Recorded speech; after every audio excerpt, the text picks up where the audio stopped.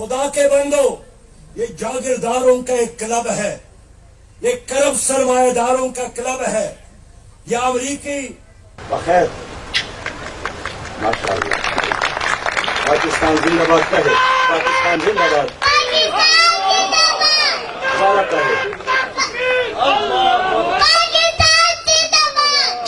میں اس بچے کے لیے ایک نیا اسلامی پاکستان بنانا چاہتا ہوں،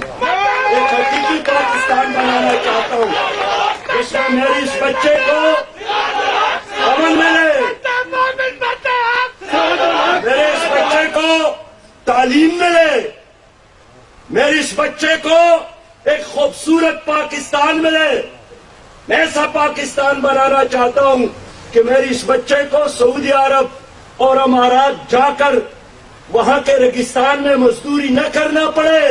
اپنے ملک میں عزت کے ساتھ زندگی گزارنا پڑے۔